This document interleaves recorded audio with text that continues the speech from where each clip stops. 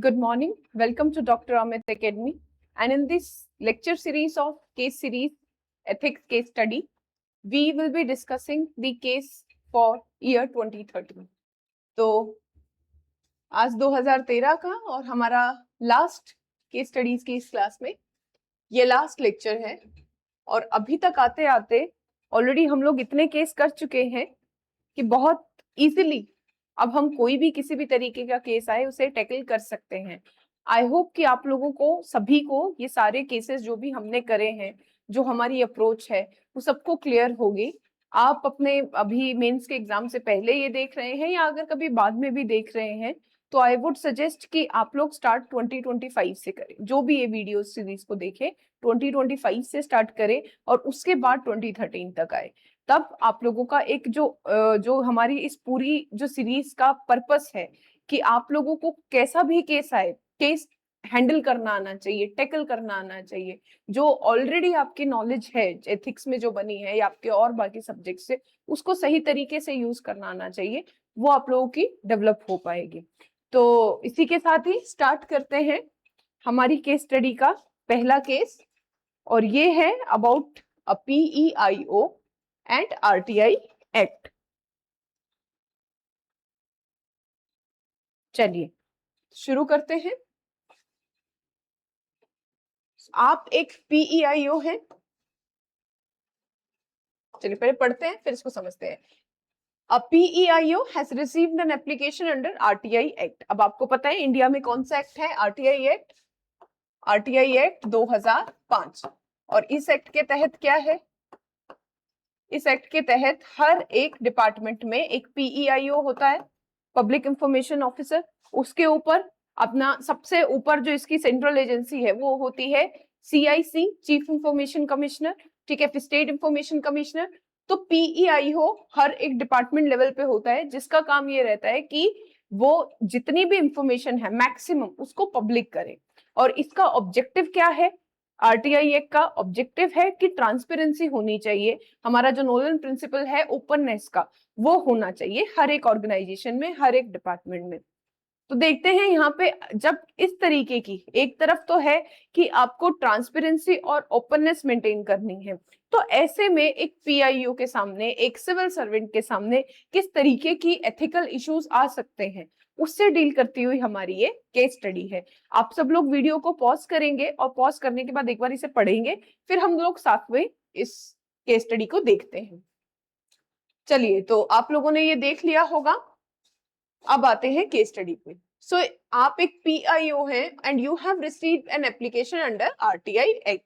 Having gathered the information, आप ये discover करते हैं that the information pertain to some of the decision taken by him, मतलब taken by you, were not found to be altogether right. Okay. अब एक PIO को एक RTI मिलती है जिसके तहत उससे कुछ इंफॉर्मेशन मांगी गई है। अब ये इंफॉर्मेशन कुछ ऐसी चीज से रिलेटेड मांगी गई है जिसका डिसीजन आपने लिया है, आपके साथ रहने वाले, आपके मतलब आपके साथ जो कलीग्स हैं उन्होंने मिलके लिया है। वो डिसीजन गलत है और आपको उसी की इंफॉर्मेशन मांगी गई है। सब ध्यान से समझिएगा। आप PIO हैं, आपने ऑर्गेनाइजेशन में कुछ काम किया है और वो काम गलत है। आपके पास एक RTI आई है, उस RTI में कुछ इंफॉर्मेशन डिस्क्लोज करने को बोला गया है कि बताओ क्या किया गया है, कैसे किया गया है। आपको पता है कि अगर आपने डिस्क्लोज कर दिया तो क्योंकि ये ऑफिशियल है, आप रिटर्न में चीजें डिस्क्लोज करते हो, तो फिर आप पकड़े जाओ। तो अब आपको क्या करना चाहिए, ये एथिकल डिलेमा है। तो ये इन समरी मैंने आपको बताया। अब देखो यहां इसको फिर से देखते हैं। The information pertain to some of the decision taken by him which were found to be not altogether right। कोई ऐसे डिसीजन से रिलेटेड थी जो इस PIO ने ही लिया है और वो डिसीजन सही नहीं है। There were other employees also who were party to this decision। Okay, अब अगर डिस्क्लोजर करता है, अगर वो इंफॉर्मेशन दे देता है, then there will be disciplinary action, okay, with the possibility of punishment against him as well as some of his colleagues। तो यहाँ पे क्या चीज है कि एज अ PIO उसकी ड्यूटी क्या है अंडर RTI एक्ट, कि सबको सही इंफॉर्मेशन दे, अब अगर वो इंफॉर्मेशन गलत देता है या नहीं, अगर वो इंफॉर्मेशन सही दे देता है तो उसका क्या यहाँ पे प्रॉब्लम आएगी, पर्सनल डिसिप्लिनरी एक्शन हो सकता है और उसे पनिशमेंट मिल सकती है। तो एक तरफ तो उसकी इंटीग्रिटी और उसकी ड्यूटी है एज अ पीआईओ, वर्सेस दूसरी तरफ है सेल्फ प्रिजर्वेशन, खुद को प्रिजर्व करे। यहाँ कौन सा एथिकल डिलेमा आया, अपने इंटरेस्ट को प्रिजर्व करे, पनिशमेंट ना मिले, डिसिप्लिनरी एक्शन ना हो अगेंस्ट, करियर आपका सेफ रहे, या फिर वो अपनी duty under the RTI act as PIO उसको फुलफिल करे, अपनी इंटीग्रिटी को बना के रखे। नॉन, अब उसे पता है कि अगर वो इंफॉर्मेशन नहीं देता है, नॉन डिस्क्लोजर या फिर कमोफ्लेज्ड, यानी थोड़ा बहुत कुछ बता दिया या झूठा दे दिया information, then this will result into lesser punishment, तो सजा कम होगी या फिर बिल्कुल भी नहीं होगी। अब PIO is an otherwise honest and conscious person. अब हमारा जो एजेंट हमेशा होगा हर एक एथिकल डिलेमा में, वो कैसा होगा, मॉरल एजेंट होगा। Okay, so he is not a person जो कि मतलब हाँ ठीक है अपने कॉन्फ्लिक्ट, अपने मतलब फायदे के लिए कुछ भी झूठ बोलेगा, because he is a moral agent. ये पहली कंडीशन होती है किसी भी एथिकल डिलेमा के लिए।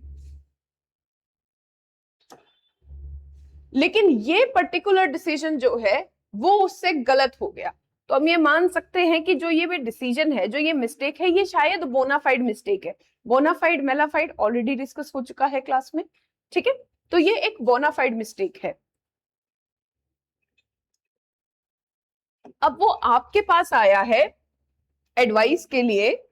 Now the following are some suggested option. क्या सजेस्टेड ऑप्शंस है, अब हमें इन ऑप्शंस को, ये दिए हुए सजेस्टेड ऑप्शंस है, हमें इन ऑप्शंस को पढ़ना है और मेरिट और डीमेरिट हर एक ऑप्शन की बतानी है।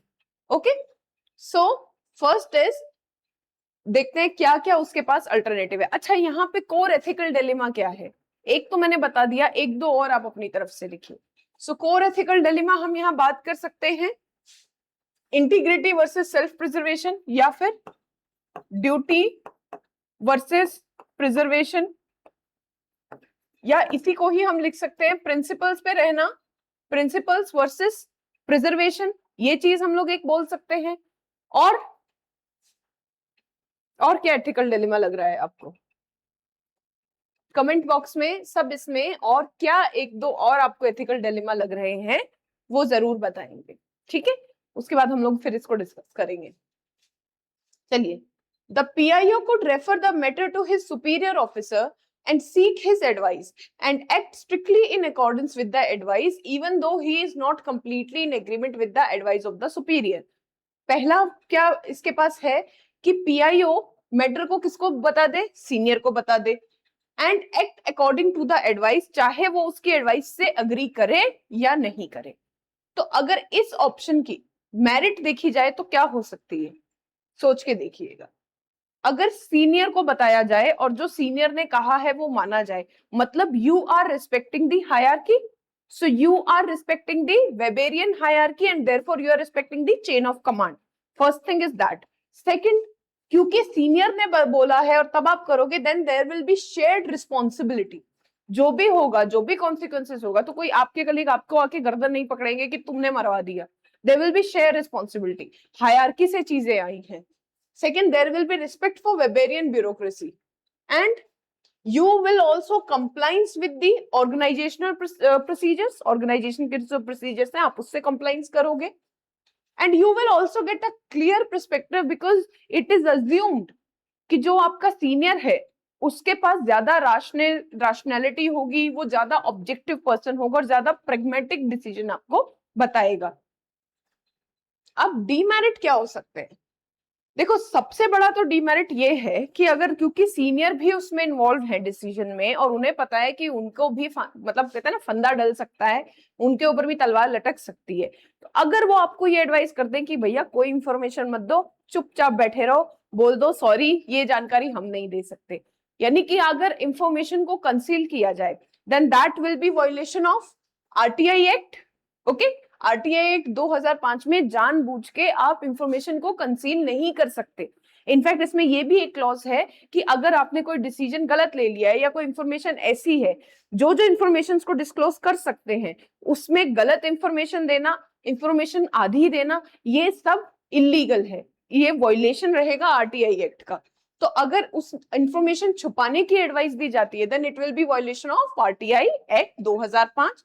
सो it will not align with the best ethical course of action, and you will also compromise with the principle of honesty and transparency। ठीक है, नेक्स्ट क्या ऑप्शन है? चप्पलें हाथ में लो और भाग जाओ। मतलब ये है कि बोलो भैया मैं तो पीआईओ हूं ही नहीं, मेरा कोई लेना देना नहीं है, मैं जानता ही नहीं हूं कौन हो मैं, मतलब मेरे को तो पता ही नहीं है क्या हुआ था। तो आप छुट्टी पे चले जाओ या फिर ट्रांसफर आउट बोलो कि कोई और ही संभाल ले केस को। प्रोसीडिंग ऑन लीव और transferring the application to another PIO, हमने जो ईवीएल किया था, एग्जिट वोकल लॉयल्टी, उसमें से ये एग्जिट वाला ऑप्शन है। अब इसके मेरिट्स क्या क्या है?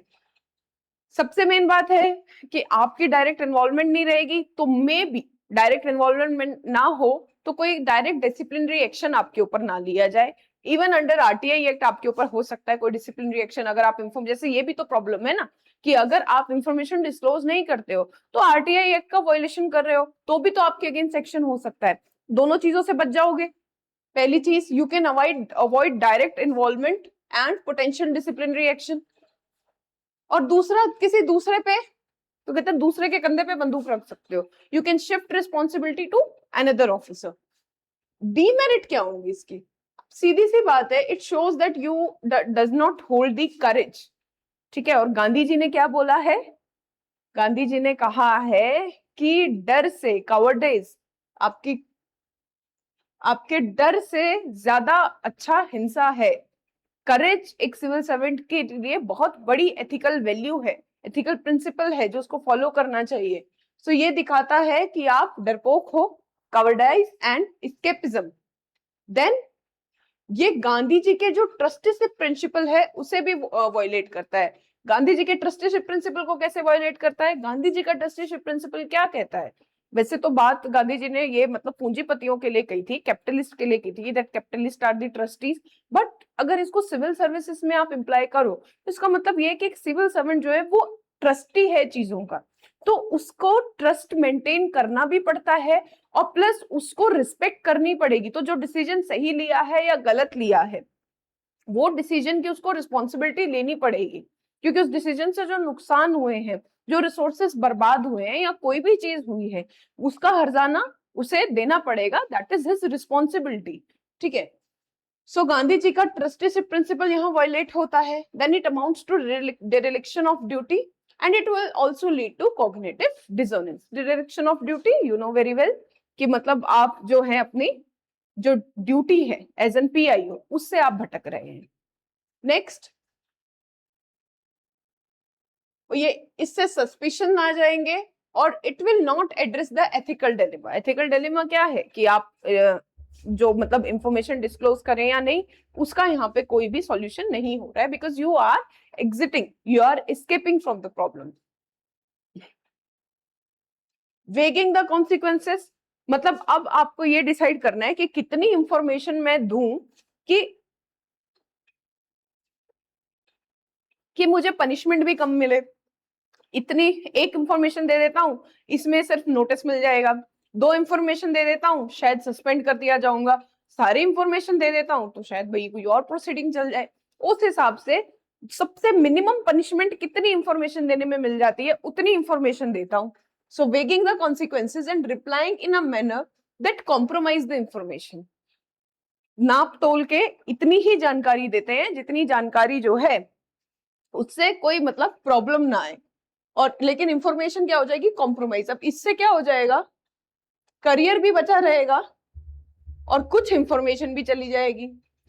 और क्या हो सकता है कि short term gain, career protect होगा, आपके जो कलीग्स हैं उनके ऊपर कोई आंच नहीं आएगी, कलीग के साथ आपका कोई कंफ्लिक्ट भी नहीं होगा,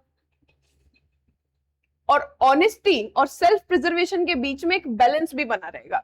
ठीक है, थोड़ी ऑनेस्टी तो दिखाई ना आपने, पर ये मतलब है तो ऐसे कुछ भी नहीं, सही नहीं है ऐसा करना। वो कहते हैं ना, आधा सच पूरे उससे बहुत ज्यादा, झूठ से ज्यादा खतरनाक होता है, तो कहीं ना कहीं ये वही वाली चीज है। But then even that can be an option to in front of you. तो ये आपके ऑनेस्टी और सेल्फ प्रिजर्वेशन के बीच में एक बैलेंस। डीमेरिट क्या है? देखो, डीमेरिट इसकी ये है कि ये ट्रांसपेरेंसी के प्रिंसिपल के बिल्कुल अगेंस्ट जाता है, बिल्कुल सही बात है। ये ओपननेस के प्रिंसिपल के अगेंस्ट जाता है। ओपननेस का principle I assure Nolan committee, तो ये नोलन प्रिंसिपल के अगेंस्ट है। It is against the principle of transparency and it will damage the credibility of PIO. Along with that, अगर आरटीआई में आपने आधी अधूरी या झूठी इंफॉर्मेशन दी है और उसकी शिकायत सीआईसी को कर दी जाए तो आप पे 25,000 रुपए तक की पेनल्टी लग सकती है। तीसरी चीज, it is against the civil services conduct rule and इसके अलावा आरटीआई में ऐसा कोई प्रोविजन नहीं है जो ये बोले कि आपने कोई खुद डिसीजन गलत लिया है तो आप उसकी इंफॉर्मेशन को कॉमफ्लेज कर सकते हो। Okay, so it will be violation of RTI Act, it will be violation of your civil services conduct rule और आपके अगेंस्ट लीगल एक्शन लिया जा सकता है, आपके अगेंस्ट पेनल्टी लगाई जा सकती है अगर आप गलत इंफॉर्मेशन दे देते हो तो। अब फोर्थ क्या है, the PIO could consult his other colleague who are party to the decision and take action as per their advice। देखो, अगर ऐसा किया जाता है तो सबसे मेन बात तो ये है कि there will be a collaborative decision making. तो जो भी डिसीजन लिया जाएगा सब लोगों की सहमति से लिया जाएगा, तो बहुत ज्यादा टकराव नहीं होगा आपके अपने कलीग्स के साथ, ब्लेम गेम नहीं चलेंगे, ऑफिस पॉलिटिक्स नहीं चलेगी, हो सकता है और आपको एक डिफरेंट पर्सपेक्टिव और इंसाइट मिले इस प्रॉब्लम को सॉल्व करने का। पर डीमेरिट क्या है, कलीग्स भी तो पार्टी हैं प्रॉब्लम के, वो भी तो डिसीजन, गलत डिसीजन में शामिल थे, तो बहुत हद तक चांसेस है कि जो भी आप लोग मिलके डिसाइड करो दैट विल बी बायस्ड और सेल्फ सर्विंग रिकमेंडेशन आपको मिले। इस बात की कोई गारंटी नहीं है कि ऑब्जेक्टिव और एथिकल सॉल्यूशन इसका निकले, और ये भी हो सकता है कि सब लोग मिलके ये डिसाइड करें कि भाई कोई मिस इन्फॉर्मेशन दे देते हैं, और अगर ये मिस इन्फॉर्मेशन है तो अगेन आरटीआई एंड आपका सिविल सर्विसेज कंडक्ट रूल के अगेंस्ट जाएगी चीज। अब नेक्स्ट इन्होंने क्या पूछा है यहाँ पे, what would you like to advice giving the proper reason. अब हम क्या एडवाइस करेंगे, सीधी सी बात है भाई, हम एडवाइस करेंगे कि आरटीआई एक्ट 2005 के तहत there should be full disclosure of all the information. जो भी इंफॉर्मेशन मांगी गई है उसको कंप्लीटली दिया जाए, उसको फुली डिस्क्लोज किया जाए, plus there should be a proactive ratification. तो दो चीजें आपको करनी है, एक चीज तो क्या करनी है कि जो इंफॉर्मेशन मांगी गई है एज अ पीआईओ आपको कंप्लीट होके, कंप्लीटली अनबायस होके सारी इंफॉर्मेशन देनी है। नंबर 2, जब आपको समझ में आ गया है कि आपसे गलती हुई है तो आपको खुद से अपनी गलती को रेक्टिफाई करना है, that mean that there should be proactive rectification, and for that you can write a letter to the head of department, जिस डिपार्टमेंट में आप हैं, और अपने खुद के डिसीजन के against you can initiate a departmental inquiry. ये काम यहाँ पे किया जा सकता है।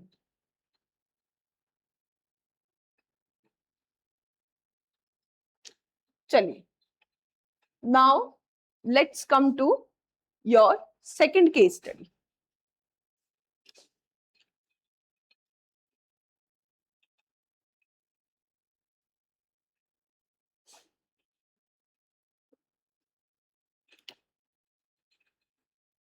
So you are working as an executive engineer and in the construction cell of a municipal corporation। तो आप executive engineer हैं और आपके नीचे 2 junior engineer हैं, तो आपके ऊपर कौन होगा, chief engineer। ठीक है, ये एक बेसिकली हायरार्की यहाँ पे बताई गई है, executive engineer, 2 junior engineer और ऊपर है chief engineer, बीच में आप है ना, नीचे junior ऊपर senior। So you are working as an executive engineer in a municipal corporation, और क्या चल रहा है, एक फ्लाईओवर बन रहा है, ठीक है। अब there are 2 junior engineers under you who have the responsibility for the day-to-day inspection of the site। जब ये कंस्ट्रक्शन कंप्लीट ही होने वाला है, जूनियर इंजीनियर्स हमेशा आपको रिपोर्टिंग करते हैं और वो आपको ये बता रहे हैं कि सब चंगा सी, सब कुछ बढ़िया चल रहा है, पूरा जैसा आपने डिजाइन बोला है, जैसा जो नॉर्म्स है उनको फॉलो किया जा रहा है, सब कुछ इतना अच्छा चल रहा है, मतलब एकदम रोजी पिक्चर। जैसी जैसी जो भी नॉर्म्स हैं, जो जो स्टैंडर्ड्स हैं, जो जो रेगुलेशंस हैं, उनको फॉलो किया जा रहा है, सारी स्पेसिफिकेशंस मांगी जा रही है। तो आपको लगता है कि अच्छा यार बहुत बढ़िया काम हो रहा है, चलो एक दिन खुद जाके सरप्राइज इंस्पेक्शन कर लिया जाए। अब आप सरप्राइज करने गए थे और आप शॉक होके आ जाते हो, क्यों? देखते हैं। So in one of your surprise inspection, you have noticed some serious deviations. सब चंगा नहीं सी, कुछ प्रॉब्लम है। और क्या प्रॉब्लम है? That there are some serious deviations and lacuna which in your opinion are likely to affect the safety of flyover. आप लोग को याद आ रहा होगा, हमने सेम एक ऐसा क्वेश्चन ऑलरेडी देख लिया है, ऑलरेडी कर लिया है, और इसके स्टडी में आते आते जितने भी क्वेश्चंस हैं, ऑलमोस्ट ऐसे क्वेश्चंस या ऐसी केस स्टडीज हम पहले डील कर चुके हैं। और इसीलिए मैं ये केस स्टडीज को आपको यहीं पर पीडीएफ में करा रही हूँ, क्योंकि मैं ये होप कर रही हूँ कि जो भी ये क्लास देख रहा है उसने पिछली क्लास जरूर देखी होंगी, और उसने काफी डिटेल में हमने हर एक केस स्टडी के हर एक चीज को क्यों यूज करना है, कहाँ से क्या निकालना है, वो सब हम लोग देख चुके हैं। ओके सो रेटिफिकेशन अब now in your opinion are likely to affect the safety of flyover. तो एक तरफ तो है सेफ्टी ऑफ फ्लाईओवर, माने फ्लाईओवर की नहीं, लोगों की सेफ्टी, पब्लिक सेफ्टी। तो दूसरी तरफ क्या होगा? क्या किया था हमने उस केस स्टडी में? दूसरी तरफ deadline, timely completion of project. So on one hand we have public safety, on other hand we have timely completion of project. यही दो चीजें होंगी। So ratification of these lacuna at this stage would require a substantial amount of demolition. वहां पे भी 3 crack आए थे, मैंने आपको लोगों को बताया था, अभी मुझे ईयर ध्यान में नहीं आ रहा है, जहां पे हम लोगों ने इस तरीके की केस स्टडी देखी थी। 3 इस तरीके के पिलर्स थे जिसमें क्रैक थे, और फिर मैंने आप लोगों को बिहार में जो ब्रिजेस गिरे थे उनका एग्जांपल दिया था, मुंबई अंधेरी में जो ब्रिज कोलैप्स हुआ 2018 में और बहुत सारे लोगों की जाने गई, उसका एग्जांपल दिया था। So rectification of these lacuna at this stage would require a substantial amount of demolition. तोड़ना पड़ेगा और रीवर्क करना पड़ेगा, जिससे कॉन्ट्रैक्टर को भी बहुत नुकसान होगा और टाइमली कंप्लीशन भी नहीं हो पाएगा। Okay, so one side there is public safety and second time कि आपको टाइम पे प्रोजेक्ट को कंप्लीट करके देना है। अब पब्लिक प्रेशर बहुत ज्यादा है क्योंकि इस एरिया में हैवी ट्रैफिक है, तो वी कैन से कि एक तो पब्लिक सेफ्टी है, दूसरा टाइमली कंप्लीशन प्लस क्या, पब्लिक प्रेशर। और यहाँ पे एक और चीज जो हम कह सकते हैं, that there is another issue also, ethical dilemma also involve, which is speed versus quality. आप काम की स्पीड को देख रहे हो या काम की क्वालिटी को देख रहे हो, that is also an ethical dilemma. ठीक है, 2 एथिकल डिलेमा हम लोगों ने निकाल लिए, देखते हैं पूछे गए हैं या नहीं पूछे गए हैं, पर हम लोग को इस तरीके से क्वेश्चंस को करना है। अब जब आपने चीफ इंजीनियर से बात की तो उन्होंने बोला that it is not a very serious lapse, इतनी कोई बड़ी बात नहीं है, छोटा मोटा है, कुछ नहीं होगा, चीफ इंजीनियर ने बोला। अब देखो, अभी से 2 चीज से समझो, हो सकता है चीफ इंजीनियर जो है वो आपसे ज्यादा सीनियर है, उसको आपसे ज्यादा एक्सपीरियंस है, तो मे बी कोई सीरियस लैप्स ना हो, लेकिन आपका मन क्या कह रहा है कि पब्लिक सेफ्टी को बहुत बड़ा मतलब यहाँ पे खतरा है अगर इसे एड्रेस नहीं किया गया। ओके सो अगर आप अपने यहाँ सीनियर की बात मानते हो, that mean you will obeying the Weberian hierarchy, आप हायरार्की प्रिंसिपल को फॉलो करोगे। अब आपके सामने क्या डिलेमा है, हायरार्की प्रिंसिपल की फॉलो करूं या अपने दिल की सुनूं, और दिल क्या बोल रहा है, पब्लिक सेफ्टी। तो ये एक ऑल्सो यहाँ पे कॉन्फ्लिक्ट की सिचुएशन है जो हमें दिख रही है। अब आप इस सिचुएशन में क्या करोगे और क्या करोगे, कुछ ऑप्शंस यहाँ दिए गए हैं, हर एक ऑप्शन की मेरिट डिमेरिट बतानी है और उसके बाद बताना है कि फाइनली आप क्या करोगे और क्यों करोगे। ओके सो इस तरीके से आपको को मार्क कर लेनी है चीजें। इवेल्युएट क्या करना है, हर ऑप्शन के मेरिट और डिमेरिट, पहली चीज ये करनी है। दूसरे, आप क्या करते हो और क्यों करते हो, ठीक है, what you will do and reasons for that. First is follow the advice of chief engineer and go ahead. चलो मान लो अगर आप एडवाइस को फॉलो करते हो और आगे बढ़ते हो तो मेरिट तो क्या होगी इसकी, टाइमली कंप्लीशन हो जाएगा। इसके अलावा जो फाइनेंशियल एक तरीके से बर्डन और पड़ना था तोड़ने का वापस से बनाने का वो नहीं आएगा कॉन्ट्रैक्टर के ऊपर। तीसरा क्या होगा कि लोगों का भी आपके प्रति किसी तरीके का रेज नहीं आएगा, there will be no public outreach because there will be completion of project on time. और चीफ इंजीनियर की आप बात मान रहे हो that mean you are obeying the hierarchy. Simple है। चलो देखते हैं। अब मैंने बता दिया speed versus equality, public safety versus hierarchy obedience, ये यहाँ पे कुछ प्रॉब्लम है। सो प्रोजेक्ट टाइमली कंप्लीट होगा, किसी तरीके का कोई कॉन्फ्लिक्ट नहीं होगा, कोई भी पब्लिक प्रेशर आप पे नहीं आएगा। ये दोनों तीनों हमने बात डिस्कस करी। But what could be the demerit? सबसे बड़ी डीमेरिट तो ये है कि पब्लिक सेफ्टी बहुत बड़ी चीज है, पता नहीं हजारों लोगों की लाइफ वो दांव पे लगी है। So public safety is at risk, first thing. Second, क्योंकि आपको लग रहा है कि कुछ प्रॉब्लम है और जिसे इग्नोर नहीं किया जाना चाहिए और आप फिर भी इग्नोर करते हो, that mean it amounts to violation of civil services conduct rule. So it amount to violation of civil services conduct rule. And third, क्योंकि हमने ऑलरेडी डिस्कस किया है ये इस तरीके का केस, अगर ब्रिज कोलैप्स हो जाता है then there will be criminal liability against you under the BNS, ठीक है, भारतीय न्याय संहिता।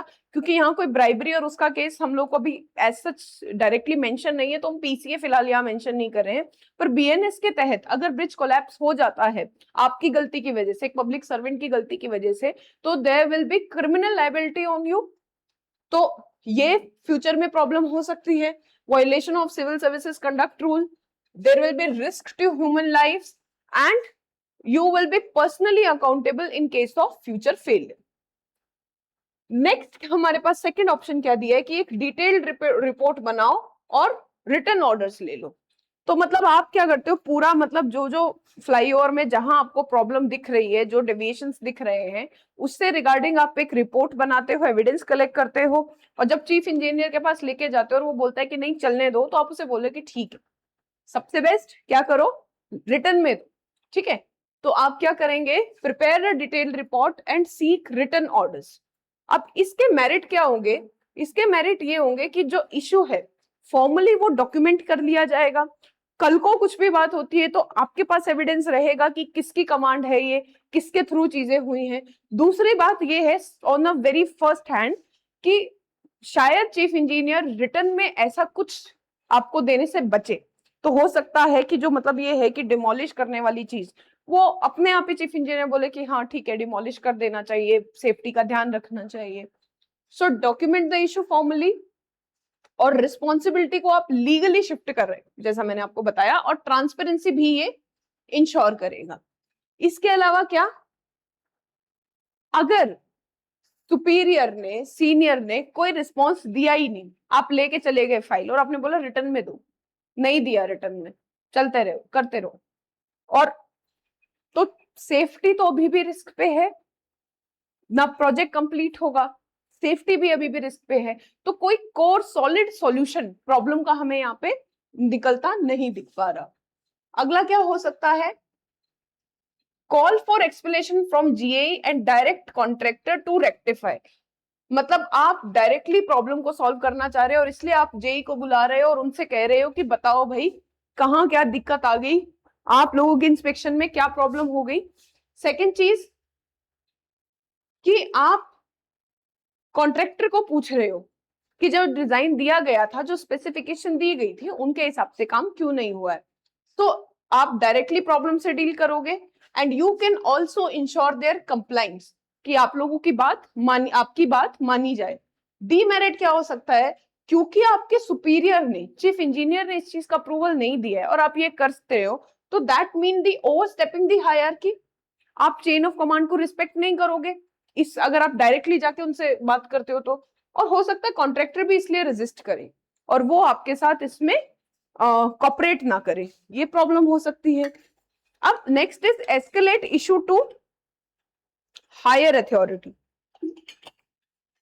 कि आप जो है अपने और सीनियर, आप म्युनिसिपल उसमें डिपार्टमेंट में हैं अपने और किसी सीनियर चीफ इंजीनियर से ऊपर आप मैटर को लेकर जाएं और वहां पे मैटर को रेज करें। तो इसके मेरिट क्या हो सकते हैं कि you will B upholding the public safety and it will also invokes the institutional accountability.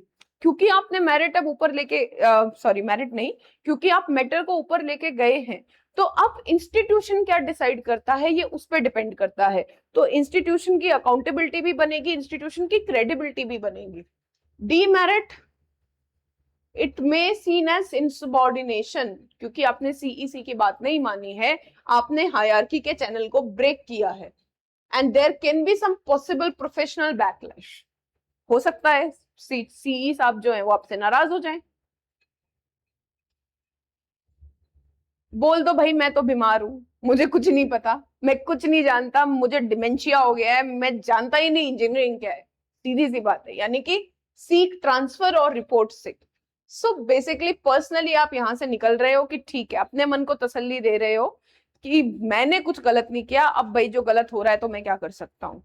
But it will leads to cognitive dissonance. रात को सोओगे कैसे घर जाके जब आपको दिखेगा कि हजारों लोग मर सकते हैं, and it will amount to evasion of responsibility.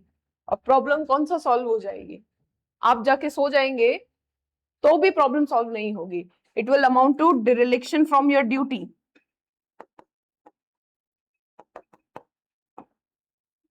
इसको बोलते हैं कावर्डनेस या कावर्डेस। तो मेरे को कौन सा कोर्स ऑफ एक्शन, अगला ये पूछा था ना, what is the recommended course of action.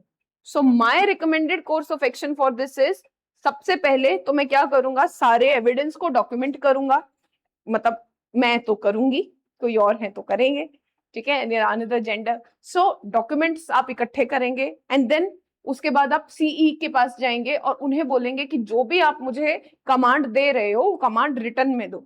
Suppose command वो रिटर्न में दे देते हैं या किसी तरीके से कहते हैं ना कि थोड़ा घुमा फिरा के चीजें करते हैं, then you will escalate the matter to the hierarchy through proper internal channel. और फिर भी कुछ नहीं होता है तो आप इंटरनल विसल ब्लोइंग कर सकते हो। चलिए देखते हैं। So you prepare a comprehensive report and you seek written directions from the chief engineer.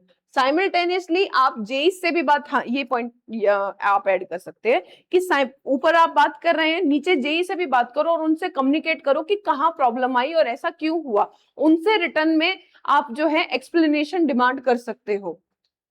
अगर आपको अब तब भी अनसेटिस्फाइड है, कोई सोल्यूशन नहीं है, तो आप एस्केलेट कर सकते हो मैटर को टू द म्युनिसिपल कॉर्पोरेशन और स्टेट इंजीनियरिंग डिपार्टमेंट। ओके, और मैंने बताया कि लास्ट में नहीं कुछ हो तो आप विसल ब्लो कर सकते हो, ये if you want you can add that point as well. चलिए, so this was your second case study. Now let's come to the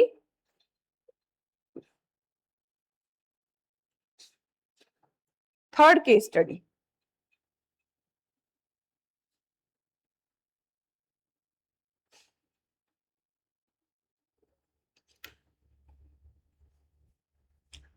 अब जो ये शिवकाशी वाली केस स्टडी है, अभी आप लोगों ने वीडियो को पॉज कीजिएगा, पहले से पढ़िए।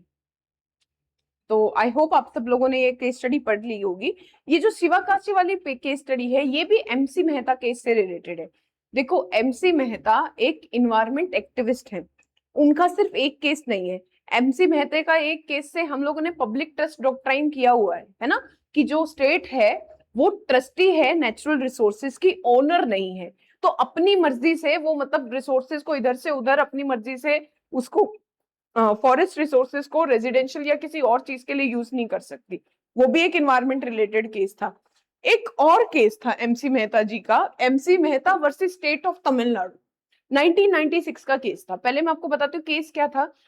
जो यहाँ पे दिया हुआ है ये पूरी केस स्टडी आपने जो भी पढ़ी है ये इसी केस के से रिलेटेड है, बिल्कुल यही चीज थी कि केस यही था कि 14 साल से कम उम्र के जो बच्चे थे उन्हें वहां पे जो पटाखों की इंडस्ट्रीज है, फायर क्रैकर इंडस्ट्रीज है शिवकाशी तमिलनाडु में, उसमें उनको एम्प्लॉय किया जाता था, बच्चे बीमार हो रहे थे, ठीक है, और चाइल्ड लेबर 14 साल से कम उम्र के बच्चे पटाखों की इंडस्ट्री में, सोचिए सांस की उनको समस्याएं, 100 तरीके की बीमारियां, फिर इतने इतने घंटे काम करना, तो ये वॉयलेशन था उनके चाइल्ड राइट का, ये वॉयलेशन था चाइल्ड लेबर नॉर्म्स का, और ये ह्यूमन राइट्स के भी अगेंस्ट था। इस वजह से एमसी मेहता जी जो थे उन्होंने केस किया था कि ये जो जितनी भी फैक्ट्री शिवकाशी में चल रही है ये बंद होनी चाहिए। अब जब उन्होंने इस तरीके का केस किया, और आगे भी और भी बहुत सारे ऐसे केसेस हुए, एक अर्जुन गोपाल केस भी है जो मैं आपको इसमें बताऊंगी, तो इसमें सुप्रीम कोर्ट ने वो ये कहा कि मतलब इन्हीं केसेस का इम्पैक्ट ये पड़ा था कि सिर्फ जो ये आईएसओ ने जिनको लेबल किया एज अ ग्रीन क्रैकर वो बच सकते हैं। फिर आप सबने सुना है दिल्ली एनसीआर में भी आवर्स फिक्स कर दिए कि किससे किस टाइम तक मतलब पटाखे जलाए जाएंगे। तो फायर क्रैकर इंडस्ट्रीज को कर्ब करने की, उस पे मतलब रेगुलेट करने की कोशिश करी गई। इस केस में specifically MC Mehta case versus state of Tamil Nadu 1996, इसमें पीआईएल क्या फाइल की गई थी कि अगर आप 14 साल से कम उम्र के बच्चों को शिवकाशी में फायर क्रैकर इंडस्ट्रीज में लगा रहे हो, then that will be the violation of article 24। Article 24 fundamental right child labour से रिलेटेड है। तब सुप्रीम कोर्ट का जो वर्डिक्ट था ना, पहली बार 1996 में, उसने जो लीगल अप्रोच था, पहले लीगल अप्रोच क्या था, there will be prohibition on child labour, उसकी जगह पे एक्टिव रिहेबिलिटेशन की तरफ उसे शिफ्ट किया।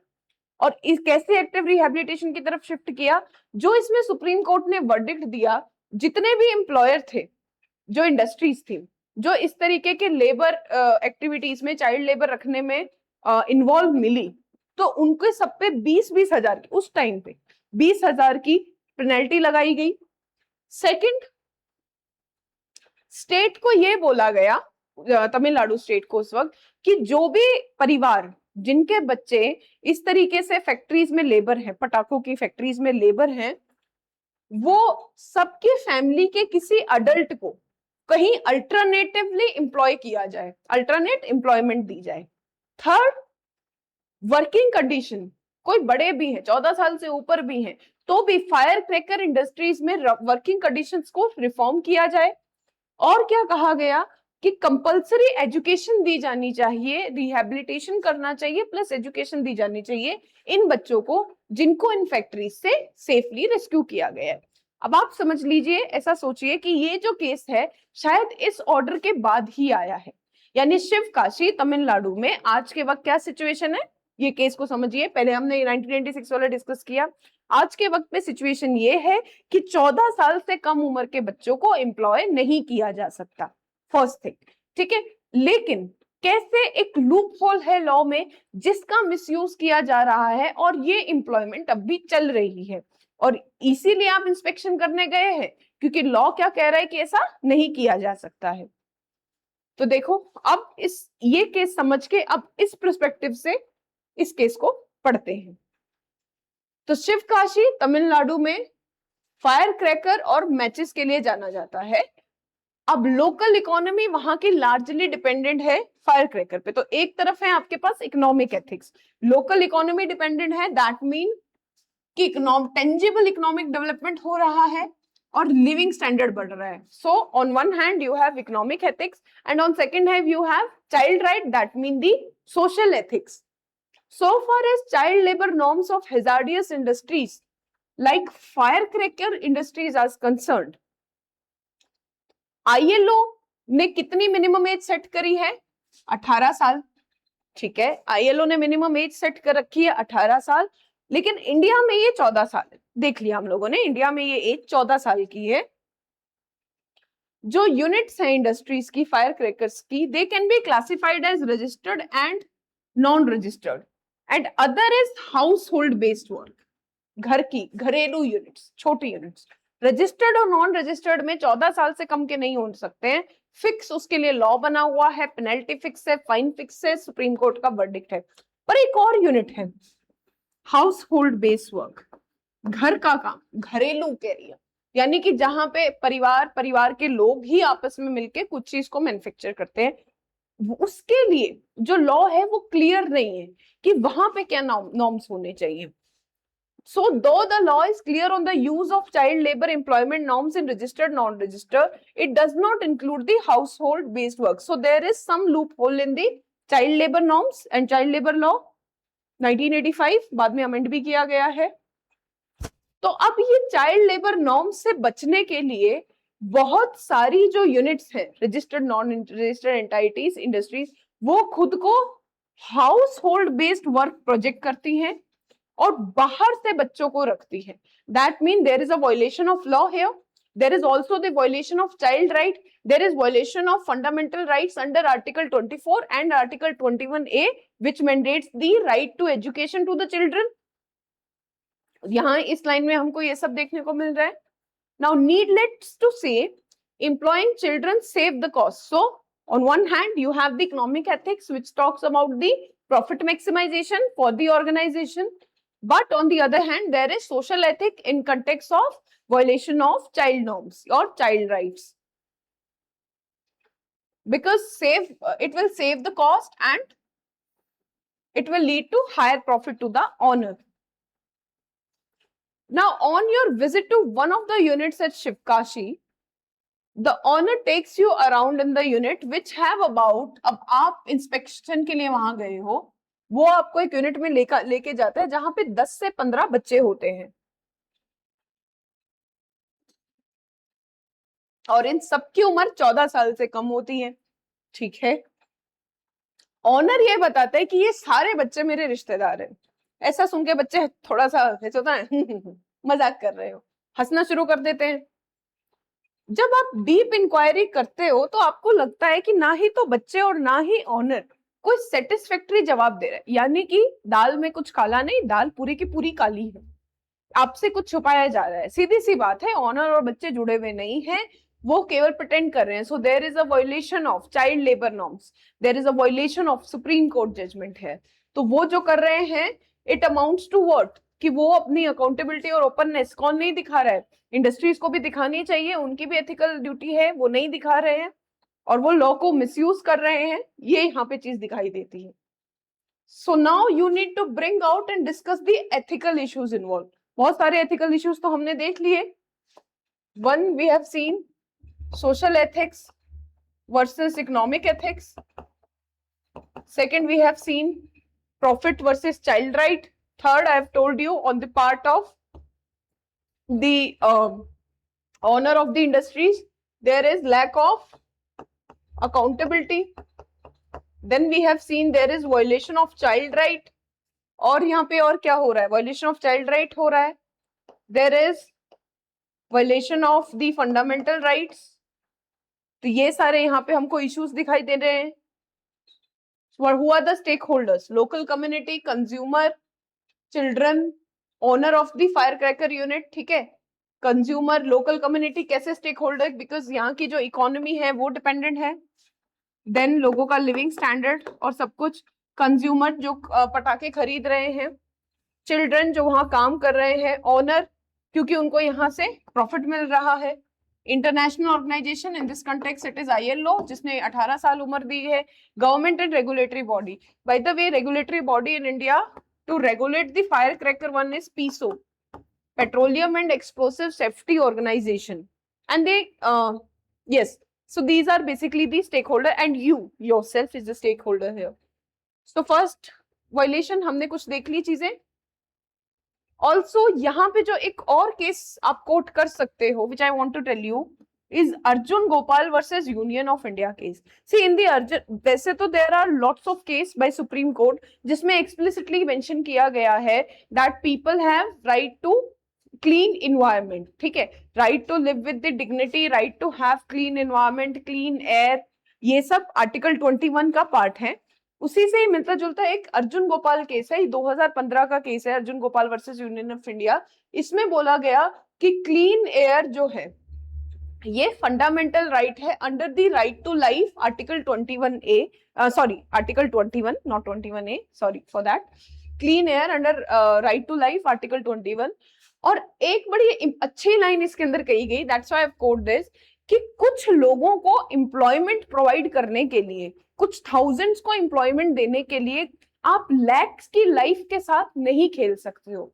सो right to life can not be infringe in guise of providing employment, guise of providing employment.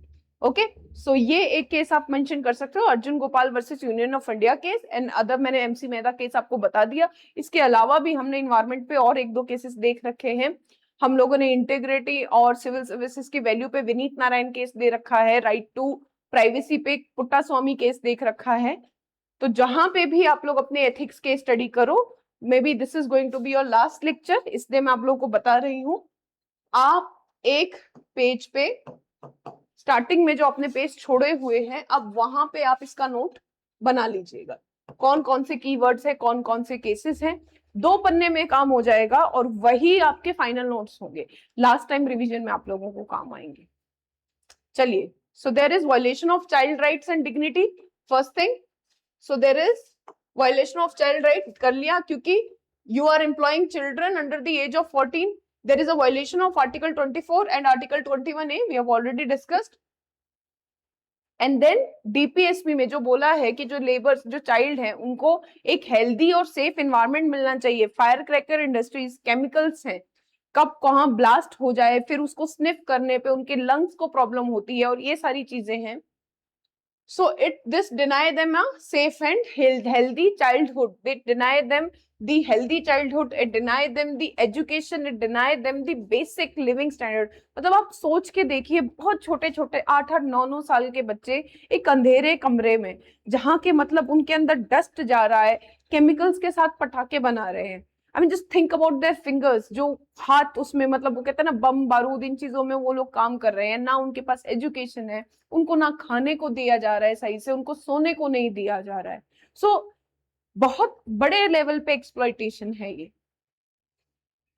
Next, legal and moral breach, because as per the Child Labor Prohibition and Regulation Act 1986, amended in it was not 1985, it's 1986, this is illegal.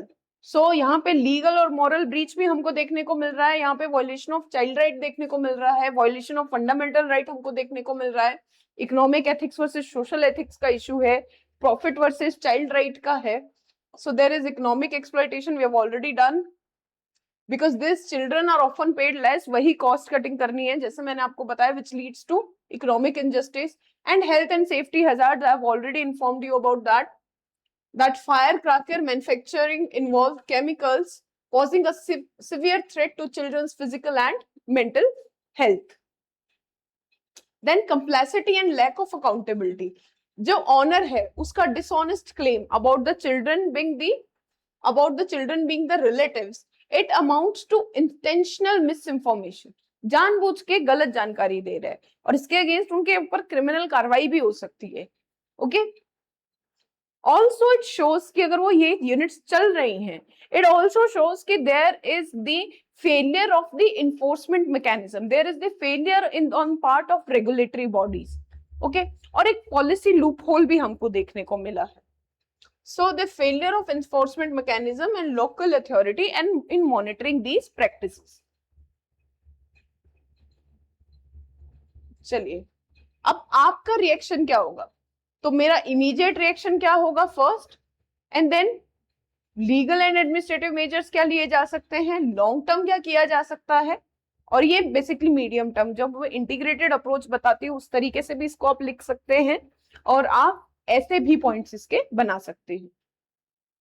सोचो immediately तो क्या करोगे आप, suppose ये इसको छोड़ दो, immediately अगर आप हो तो क्या करोगे? सबसे पहले आप रिपोर्ट प्रिपेयर करोगे, जो भी आपने वहां पे देखा है उसका एक क्लियर और ट्रांसपेरेंट रिपोर्ट आप डॉक्यूमेंट करोगे, एविडेंस कलेक्ट करोगे। एविडेंस कलेक्ट करने के बाद, क्योंकि आपको पता है कि कुछ गड़बड़ है, तो you will report the issue to the child welfare committee. उसके बाद यू विल इंश्योर कि जो बच्चे वहां पे फंसे हुए हैं उन्हें सेफली इवैक्यूएट किया जाए और रिहेबिलिटेट किया जाए। Okay, so you will document the evidence and submit a preliminary report to whom? To the district collector. First thing first. Second, you will notify to the child welfare committee and labor department, ताकि वो भी यहाँ पे urgently inspection करे। जो बच्चे वहां पे हैं उनकी सेफली उनको रिमूव करेंगे और रिहेबिलिटेट करेंगे या फिर उनको एजुकेशन वगैरह प्रोवाइड करने के लिए जैसे कोई एनजीओ के साथ जोड़ेंगे, सीएसओ के साथ जोड़ेंगे, शेल्टर होम्स में डालेंगे, ये वाली चीज आप करेंगे। मीडियम टर्म में क्या किया जा सकता है कि जो भी ऑनर्स ये बोल रहे हैं कि ये हाउस होल्ड यूनिट्स हैं, उसकी वेरिफिकेशन होनी चाहिए, तो आप वो इंक्वायरी या वेरिफिकेशन शुरू करेंगे। सेकंड, आप रिकमेंड करेंगे इन्वेस्टिगेट करने के लिए कि इन यूनिट्स के रजिस्ट्रेशन स्टेटस को और ऑनरशिप के रिकॉर्ड को इन्वेस्टिगेट किया जाए। ठीक है, तो वेरीफाई करेंगे, इन्वेस्टिगेशन करेंगे, और इसमें लोकल एनजीओज और सिविल सोसाइटी की हेल्प आप ले सकते हैं। लीगल एंड एडमिनिस्ट्रेटिव मेजर्स, आप लीगली क्या कर सकते हो? अगर आपको पता चल जा रहा है, आपको एविडेंस मिल जाते हैं कि ये वायलेट कर रही हैं फैक्ट्रीज इन नॉर्म्स को, या लॉ का गलत मिसयूज हो रहा है यहाँ पे, so you can recommend the cancellation of licence और registration of the repeated offenders, habitual offenders भी बोलते हैं जिनको, रिपीटेड ऑफेंडर्स की बार बार उन्हें बोला गया है, वहां से बच्चे पकड़े जा रहे हैं, फिर ओपन कर दे रहे हैं, आप उनका लाइसेंस कैंसिल कर सकते हो। लॉन्ग टर्म में क्या हो सकता है? देखो, लॉन्ग टर्म में basically you can propose an awareness campaign, जो वो गरीब बच्चे हैं उनके पेरेंट्स के लिए भी, उनकी फैमिलीज के लिए भी, कि क्यों उन्हें फायर क्रैकर इंडस्ट्रीज में नहीं जाना चाहिए। सेकंड, वही जो सुप्रीम कोर्ट ने एमसी मेहता केस में कहा था कि उनके अडल्ट्स को जॉब मिल जाए उस घर के, तो उसके लिए आप कोई स्किल डेवलपमेंट का प्रोग्राम भी चला सकते हो और जॉब क्रिएशन के लिए भी काम कर सकते हो, बच्चों के एजुकेशन के लिए। बच्चों को नहीं आपको किसी भी एजुकेशन उसमें एम्प्लॉयमेंट में डालना है, आपको उन्हें एजुकेशन देनी है। सो और इसके अलावा आप प्रपोज कर सकते हो, मैंने बताया है, being a civil servant, being an executive, आपका काम इम्प्लीमेंटेशन का होता है, बट यू कैन प्रपोज कि हाउस होल्ड यूनिट्स को भी इंक्लूड करा जाए। So you can propose an awareness campaign, you promote you can also propose to promote CSR activities and technology upgrade. Policy interventions is to recommend closing the loophole, household based unit को भी include करा जाए, ऐसी आप recommendation दे सकते हो। So this is for your the third case study. Now let's take a short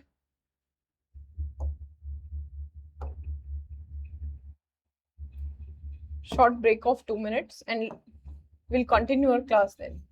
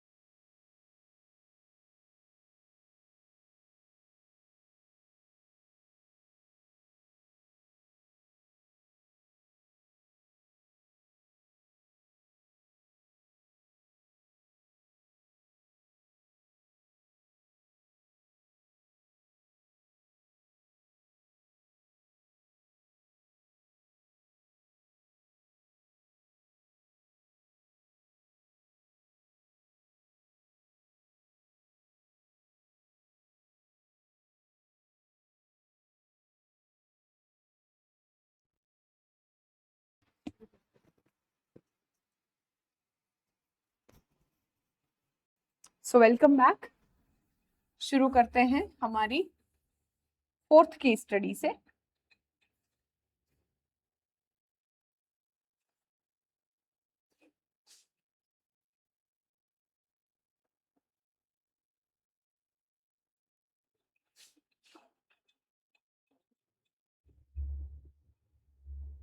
चलिए,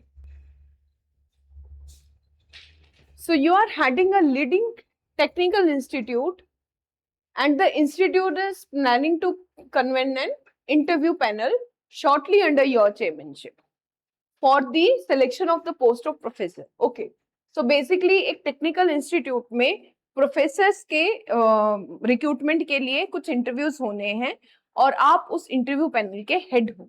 okay, ये एक चीज है। सो एक दिन आपके पास कॉल आता है पर्सनल सेक्रेटरी का of a senior government functionary. Personal secretary का, पीएस का फोन आता है और वो कहता है कि कोई एक पर्टिकुलर क्लोज रिलेटिव है उनके, उन्हें ये पोस्ट दे दी जाए। तो यहाँ पे क्या दिख रहा है हमें? Corruption, abuse of authority on part of the government functionary, जिसके पीएस का, पर्सनल सेक्रेटरी का फोन आ रहा है क्योंकि दबाव बनाया जा रहा है, प्रेशर क्रिएट किए जा रहे हैं। Then also we can say कि अगर बात मान ले जाती है then there will be an ethical issue associated with the whether nepotism, okay, versus the merit के हिसाब से देखें को चुने या नेपोटिज्म को चुने। So there will be corruption, there is the abuse of authority, there will be loss of integrity अगर ये बात मान ली जाती है, and justice and fair opportunity. ये हम समझ सकते हैं कि अगर इस केस में ये चीजें मानी गई तो सिंपल सी केस स्टडी है, क्योंकि पीएस आपको लालच दे रहा है कि जो आपके लॉन्ग पेंडिंग और अर्जेंट प्रपोजल्स है उनको पास कर दिया जाएगा, तो आपको ये लालच भी दिया जा रहा है, इसलिए यहाँ पे हम करप्शन की बात करें। ठीक है, ये समझ गए आप लोग? छोटी सी केस स्टडी है, कुछ नहीं है, एक इंटरव्यू होना है, आप उस इंटरव्यू पैनल के हेड हैं, आपको अपने इंस्टीट्यूट के लिए प्रोफेसर्स को अपॉइंट करना है। आप किस बेसिस पे अपॉइंटमेंट करना चाहोगे? मेरिट के बेसिस पे। पर आप पे प्रेशर आ रहा है, गवर्नमेंट फंक्शनरी है, कोई बहुत बड़े गवर्नमेंट के में है, और वो उनके पर्सनल सेक्रेटरी आपको फोन करके कह रहे हैं कि आप जो है इंटरव्यू चाहे कितने ही लो, लेकिन जो वैकेंसी है, जो पोस्ट है, वो एक पर्टिकुलर पर्सन को दे दो। यानी कि फेवरेटिज्म, नेपोटिज्म ये देखने को मिल रहा है। अब अगर उन्होंने बदले में आपसे क्या कहा कि आपके जो भी मतलब प्रपोजल्स हैं जो क्लियर नहीं हुए हैं, वो गारंटी देते हैं कि वो सारे प्रपोजल्स क्लियर हो जाएंगे, तो आपको लालच दिया जा रहा है। दैट मीन एक तरीके की ब्राइब है तो करप्शन, करप्शन है तो prevention of corruption act 1988, and there is an abuse of authority on part of the person जो आपको वो अब्यूज कर रहा है। Thank you. So there is nepotism, there is favoritism. So what are the options available to you? Now evaluate each of the options and choose the option which you adopt giving reasons. क्या option है? एक option तो की बात मान ली जाए, ठीक है। दूसरा ऑप्शन क्या हो सकता है? पहला ऑप्शन की बात मान ली जाए, दूसरा ऑप्शन ये हो सकता है कि बात नहीं मानी जाए। ये तो दो ऑप्शन है ही आपके सामने। तीसरा थोड़ा सा और बैलेंस होके चला जा सकता है। चलिए देखते हैं। So there is problem of conflict of interest, integrity, meritocracy and institutional autonomy. First is बात मान ली जाए, to accept the request and ensure selection of the relative.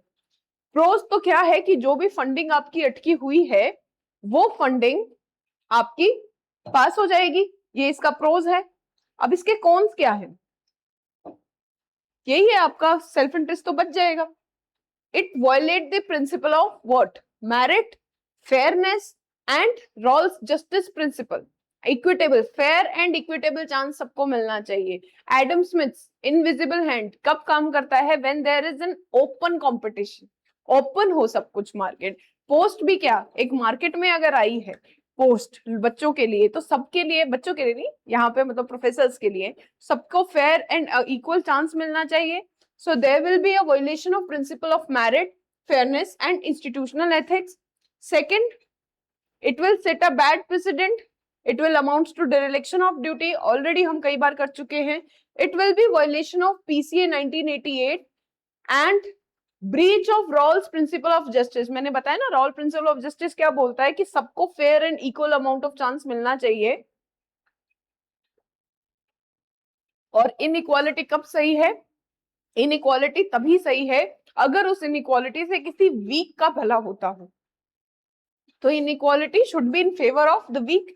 क्या ऐसा यहाँ पे हो रहा है? नहीं। So it is the violation of Rawls principle of justice and then there is a breach of public trust. लोग जो मेहनत कर रहे होंगे उस पोस्ट के लिए, आपके इंस्टीट्यूशन में आने के लिए, उनके साथ तो धोखा है, क्योंकि सब कुछ तो ऑलरेडी फिक्स हो चुका है। तो एक तरीके से ये तो प्रपंच रचाया जाएगा यहाँ पे, and it will encourage corruption, demoralize the other candidate very heavily। ये चीजों से genuinely बहुत demoralize होते हैं हम सब लोग। So it will bad precedent dereliction from duty। और अफसोस की बात है कि ये सब बहुत धड़ल्ले से होता है हमारी कंट्री में। Second is reject the request and inform the higher authority। So you will reject the request and you will inform the higher authority। अब इससे क्या होगा?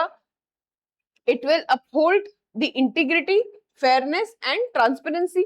सेकंड वही कि नहीं मानना, आप इन तीनों प्रिंसिपल्स को अपहोल्ड करेंगे, एक स्ट्रॉन्ग मैसेज जाएगा, आपके इंस्टीट्यूशन की रेपुटेशन और क्रेडिबिलिटी लॉन्ग टर्म के लिए भी प्रोटेक्ट होगी। बट शॉर्ट टर्म में क्या लॉस हो सकता है? शॉर्ट टर्म में थोड़ा लॉस ये हो सकता है कि जो फंडिंग मिलनी चाहिए थी वो फंडिंग आपके इंस्टीट्यूशन को नहीं मिल पाएगी, वो जो क्लियरेंस आपको मिलना चाहिए था।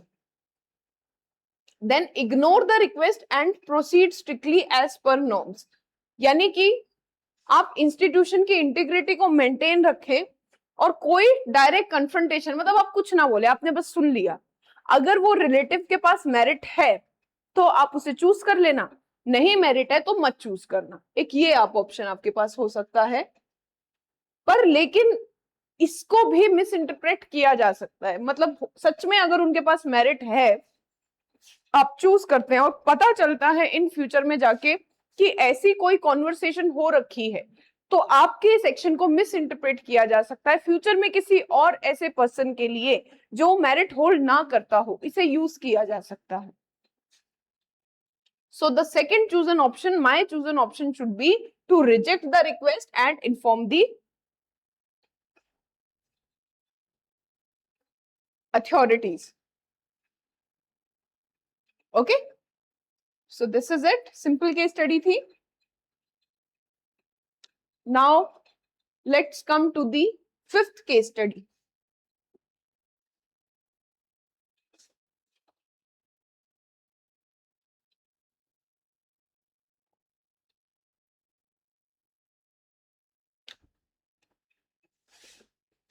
As a senior officer in the finance ministry, you have access to some confidential and crucial information। ठीक है, आपके पास एक्सेस है some confidential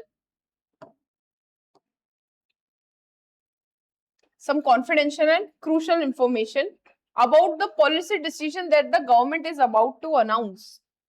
तो अब these decisions likely to have far-reaching impact on the housing and construction industry। आप लोगों ने अभी अभी इन दिनों में इंडियन एक्सप्रेस की न्यूज सुनी होगी। एमपी में जो एक लैंड स्कैम चल रहा है उसको लेके वहां के कुछ पॉलिटिशियंस इन्वॉल्व हैं। इंडियन एक्सप्रेस की काफी बड़ी न्यूज है ये, काफी बड़ा एक स्कैम एक्सपोज हुआ है। तो आप चाहें तो उसे देख सकते हैं, आप लोग ये केस स्टडी बहुत अच्छे से समझ पाएंगे। क्योंकि अभी सिर्फ न्यूज के हवाले से खबर है तो इस प्लेटफॉर्म पे I don't find it feel it right to discuss पूरी तरीके से। पर मैं आप लोगों से जरूर ये कहना चाहूंगी कि अपने एंड पे आप जरूर सर्च कर कीजिएगा। एमपी में जो उज्जैन में लैंड स्कैम चल रहा है उससे रिलेटेड न्यूज है, अभी आज की ही है इंडियन एक्सप्रेस की। सो एज अ सीनियर, वहां के इन्वेस्टिगेटिव जर्नलिज्म को बेसिकली वो दिखा रही है एंड शोज कि yes our media still have some spine. So as a senior officer in the finance ministry, you have access to some confidential and crucial information about the policy decisions that government is announcing। अगर किसी builder को ये जानकारी मिल जाए तो उससे उसको huge profit हो सकता है। One of the builder has done a lot of quality work for the government and is known close to your immediate superior. Okay, एक बिल्डर हैं जिन्होंने गवर्नमेंट के लिए काफी अच्छा काम किया है और आपके इमीडिएट सुपीरियर के बहुत क्लोज हैं। वो आपसे ये कह रहे हैं कि कुछ इंफॉर्मेशन आपके जो सीनियर है ये कह रहे हैं कि इस बिल्डर को दे दी जाए कि कहाँ क्या काम होने वाला है, क्या पॉलिसी है। तो एक तरफ क्या है, सीक्रेसी मेंटेन करना। कौन सा एक्ट इन्वॉल्व है, हम लोग बहुत डिटेल में कर चुके हैं ये चीजें अभी। Official secrecy act, okay, official secrecy act 1923। और दूसरी तरफ क्या है, आपके सीनियर की कमांड, यानी कि हायरार्की, उनके बीच में कॉन्फ्लिक्ट है। अपने सीनियर की बात मान के उनके जो क्लोज फ्रेंड है, बिल्डर है, उन्हें इंफॉर्मेशन देते हैं, या फिर आप सिविल सर्विसेज कंडक्ट रूल या all India services conduct rule इनको इनको इनको कंप्लाई करते हैं, ऑफिशियल सीक्रेसी एक्ट को कंप्लाई करते हैं और इंफॉर्मेशन नहीं देते हैं। बहुत सिंपल केस स्टडी है, ये डिलेमा है। So what are the options available, information दे दो, इंफॉर्मेशन नहीं दो, या तीसरा कुछ और करो। सबको हमें ऑप्शंस को देखना है, इवेल्युएट करना है और बताना है कि हम कौन सा ऑप्शन चूज करेंगे और क्यों। So there is a problem between secrecy versus command. Command जो सीनियर ने दी है and secrecy, the official secrecy act 1923, we have already seen that. So first is share the information with the builder, information दे दीजिए तो आपको favour मिल जाएगा superior से भी, और हो सकता है बिल्डर से भी आपको फेवर मिल जाए, कुछ शॉर्ट टर्म फाइनेंशियल गेन आपको मिल जाए, and it can be seen as a loyalty. Negative, violation of official secrecy act, first thing, then violation of civil services conduct rule, violation of all India services rule, and there is a breach of public trust and it will promote crony capitalism। कुछ लोगों के पास जिनको information है access, उन्हीं को ही chance मिलेगा land खरीदने का। तो बाकी के जो बिल्डर्स हैं उनके साथ कितना गलत है ये, बाकी की आम पब्लिक के साथ कितना गलत है।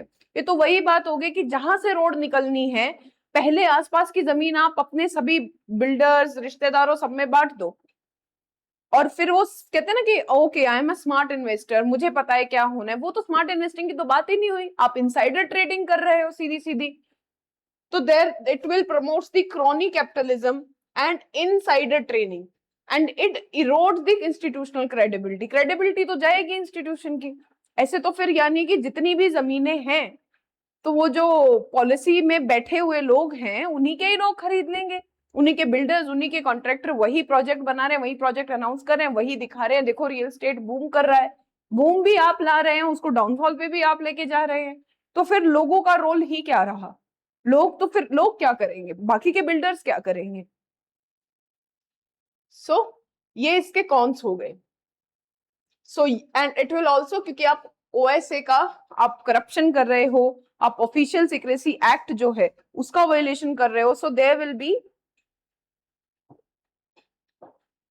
Legal action and career loss. Second, refuse the request silently and withhold the information. Silently, प्यार से, विनम्रता से बोलो अपने सीनियर से कि देखिए ऐसा करना ओएसए के अगेंस्ट है, ऐसा करने में हम कल को फंस भी सकते हैं, आप भी पकड़े जाओगे, है ना, आप भी मारे जाओगे, हम भी मारे जाएंगे, क्यों ऐसे चक्कर में पड़ना है, और इस तरीके की चीजें करनी है।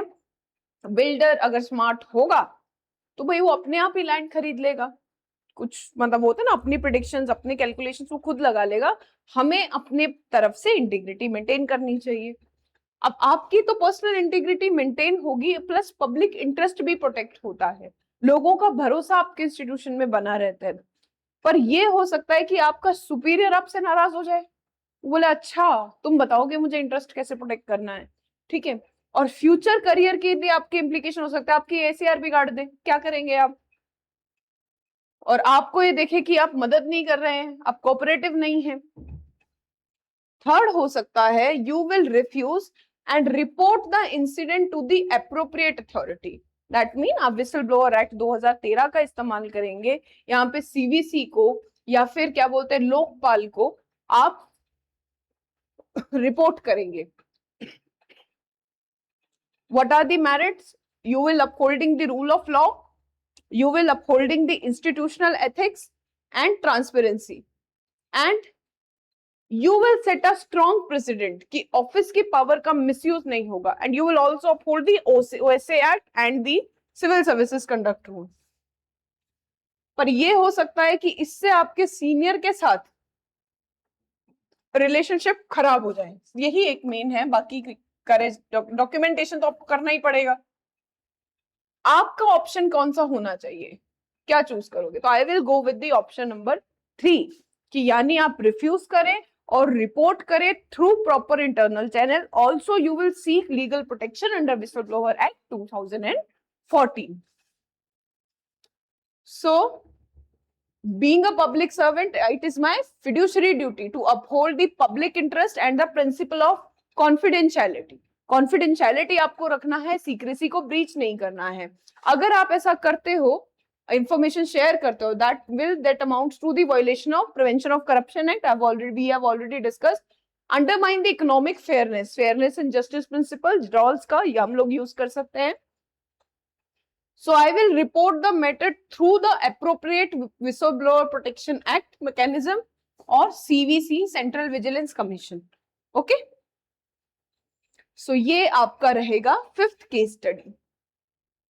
Now next come to the 6th case study, 6th and the last case study for today. Very simple. Already हो चुकी है ये हमारे discuss. This is about the sexual harassment at workplace or workplace harassment, you can say.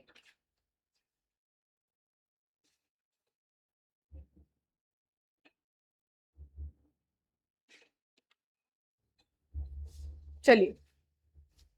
So you are the executive director of an upcoming tech info company और आपकी company में एक star performer है mister A and he is the head of the marketing team. So in short period of 1 year he has helped in doubling the revenue. अब revenue को double करने में help किया है. That means that person holds the merit. Okay? Now अब एक तरफ तो ये है दैट पर्सन है, स्टार परफॉर्मर है और उसके पास मेरिट है. दूसरी चीज क्या है, आपको ये इंफॉर्मेशन मिल रही है कि फीमेल कलीग्स के साथ उनका जो बिहेवियर है वो बिल्कुल भी सही नहीं है. पर्टिकुलरली उनकी बड़ी गंदी आदत है of making loose comments on women. चलते फिरते अपनी जो कलीग्स हैं साथ में उनपे बहुत भद्दे रिमार्क्स करना, लूज कमेंट्स पास करना, ये उनकी हैबिट है. अब ये क्या शो करता है, that this person may hold merit but this person does not have any integrity, this person does not have any respect for women, so he does not hold any respect for the gender equality and he doesn't seems himself to be accountable towards his behavior. क्योंकि जो employees हैं उनको भी right है कि पूरा उनको एक सेफ और हारेसमेंट फ्री इन्वायरमेंट मिले. सो ये कुछ यहाँ पे चीजें हम लोग को समझ में आई that he may hold merit but he doesn't hold these things. अब Mrs X, one of the employee, वो एक बार आपके पास आती हैं और वो कहती हैं, अब वो आपको कंप्लेन करती हैं against the continued misconduct of Mister A और वो कह रहे हैं that the Mister A is making undesirable advances towards her. Basically उनकी डिग्निटी को हार्म करने की कोशिश करी गई है यहाँ पे and because he has tried to touch her inappropriately in his cabin. उनके साथ मिसबिहेव किया गया है, उन्हें हरास करने की कोशिश करी गई है. सो वी कैन से कि यहाँ पे कौन सा act, posh act, protection of women at work place, sexual harassment at work place and Vishakha guidelines, वो यहाँ पे इन्वॉल्व है. सो वो आपको अपना रेजिग्नेशन देती है और चली जाती है. ठीक है, हमने जो करी थी उसमें तो पुलिस के पास जाती है, यहाँ पे रेजिग्नेशन देते हैं. So what are the options available to you? तो ये दोनों आपके ही एम्प्लॉय हैं. एक एम्प्लॉय है जिनकी वजह से जो आपकी कंपनी है वो बहुत अच्छा परफॉर्म कर रही है, आपकी कंपनी के लिए एसेट है. एक दूसरे एम्प्लॉय जो उनके ही कलीग हैं, वुमेन एम्प्लॉय. आपका पूरा फर्ज बनता है दोनों के प्रति, दोनों को देखना। ए से आपको बहुत फायदा है, मे बी मिसेस एक्स से आपको उतना फायदा ना हो, पर मिसेस एक्स के प्रति आपकी रिस्पॉन्सिबिलिटी है, कॉन्स्टिट्यूशनल रिस्पॉन्सिबिलिटी भी है, मोरली भी आपकी रिस्पॉन्सिबिलिटी है और आपकी फिड्यूशरी ड्यूटी भी है। ऐसे में आप क्या करोगे, और हमें हर एक ऑप्शन को इवेल्युएट करके ये बताना है कि हम क्या ऑप्शन चूज करते हैं और क्यों चूज करते हैं। सो सबसे पहले तो देखो एथिकल इश्यूज क्या है, violation of women rights and dignity at work place, simple. Abuse of power and professional misconduct on part of Mister A. Abuse of power, वो अपने एज एन स्टार परफॉर्मर होने के नाते अपनी पावर का abuse कर रहे हैं। Then other is the safe work culture, ये सब हम लोग ऑलरेडी डिस्कस कर चुके हैं। सेफ वर्क कल्चर कैसे, दैट द वुमन जो एम्प्लॉय है, she have the right to have environment which is harassment free, ठीक है। एंड ऑर्गेनाइजेशनल इंटीग्रिटी, एक ऑर्गेनाइजेशन कैसे अपने एम्प्लॉयज की, वुमेन एम्प्लॉय की या चाहे मेन एम्प्लॉय भी हो, उनकी सेफ्टी कैसे इंश्योर करता है। Then there is a conflict between organizational growth, कैसे ऑर्गेनाइजेशनल ग्रोथ, अगर आप मिस्टर ए को निकाल देते हो एकदम से, तो आपको कोई नया पर्सन रिक्रूट करना पड़ेगा, हो सकता है उसमें इतनी मेरिट ना हो जितनी मिस्टर ए में है, और रेवेन्यूज डबल ना हो तो कंपनी को बहुत बड़ा लॉस हो जाए। Versus the ethical responsibility, your responsibility towards the employee, your responsibility as a person to safeguard the dignity of women and vicarious liability of the leadership under the POSH Act 2013. So first is ignore the complaint and retain Mr. A. तो इससे आपकी revenue growth होगी, कोई immediately disruption नहीं आएगा, जो production और marketing चल रही है, जो रेवेन्यू ग्रोथ हो रही है उसमें। अब ये इमोरल है, इलीगल है and it violate the posh act 2013, dangerous president लाता है और आपकी कंपनी की इमेज बुरी तरीके से गिर सकती है, because it will breach the principle of integrity, dignity and justice. अब आप इनफॉर्मली मिस्टर ए को वार्न करो विदाउट द फॉर्मल एक्शन, तो मतलब टीम की प्रोडक्टिविटी बनी रहेगी और पब्लिक अटेंशन पर। देखो ये करना कितना खतरनाक है, क्योंकि अगर आप ऐसा करते हो, मे बी वो आपकी बात नहीं सुने और वो जो वुमेन है जिन्होंने कंप्लेन करने की हिम्मत करी है उसे और एक्सप्लॉइट करे, ठीक है। सो इनसफिशिएंट ये रहेगा और रिस्क है कि दोबारा ये हरकत होगी। फिर जो ये दिखाता है that you are not a strong leader, it proves, it shows that your weak leadership, it shows that you are failed to provide justice to Mrs X. Third is to set up the internal complaint committee and launch the inquiry. So this is something to setting up the internal complaint committee. ये बोला हुआ है, ये mandatory किया हुआ है ऐसे में केसेस में under the POSH Act. So this is legally mandated under POSH Act. That mean आप POSH Act को comply कर रहे हो, and it will ensure fairness and due process. It will protect the dignity of employees and companies long term credibility. Dignity of employee को protect करेगा, long term credibility को बनाए रखेगा। इट ऑल्सो शोज कि ethical leadership क्या होती है। Okay, temporary depression, sorry not depression, temporary disruptions हो सकती हैं। In what context, in context of the maybe there will be some loss of the revenue, और मार्केटिंग कम हो सकती है, कंपनी को एक नया एम्प्लॉय रिक्रूट करना पड़ सकता है। फोर्थ क्या ऑप्शन है कि चुपचाप इस्तीफा ले और रिप्लेस कर दे, कोई कन्फ्रंटेशन नहीं, कोई लड़ाई झगड़ा नहीं, but this amount to gross injustice to the victim. जिनके साथ गलत हुआ है फिर उनकी जॉब भी जाएगी, उनके पीछे उनका परिवार भी है, बहुत गलत, मतलब मिस्टर ए तो उसमें गलत हो गए, आप भी उसका पार्ट बन गए, सह अपराधी, कंप्लिसिटी आपने दिखा दी। So encourage a culture of silence and fear. So your chosen option should be option 3, जो इंटरनल कंप्लेंट कमेटी का था ना, that you will constitute an internal complaint committee, और अगर एक गिल्टी मिलते हैं तो टर्मिनेशन उनका किया जाएगा। रीजंस क्या हो सकते हैं? It ensures that principle of justice, equality and safe workplace बना रहेगा, first thing. Second, it is in compliance with the POSH Act and the Vishakha guidelines, so it is legal। और long term में organisation की credibility interest और organisation के मतलब जो होता है ना culture and value, work culture, वो मेंटेन रहेगा। देन आपकी फिड्यूशरी ड्यूटी, आपके कॉर्पोरेट एथिक्स आपको क्या बोलते हैं कि आपको एक सेफ वर्क प्लेस प्रोवाइड करना है। तो लॉन्ग टर्म में एक सेफ वर्क प्लेस आपका कंपनी, आपकी ऑर्गेनाइजेशन बिल्टअप कर पाएगी। And it will also uphold the principle of integrity and empathy and compassion, जो आपका आपके एम्प्लॉयज के प्रति होना चाहिए। ठीक है, so that's all for this case study. I hope आप सब लोगों को ये क्लियर होगा, रीजंस भी आप समझ गए होंगे।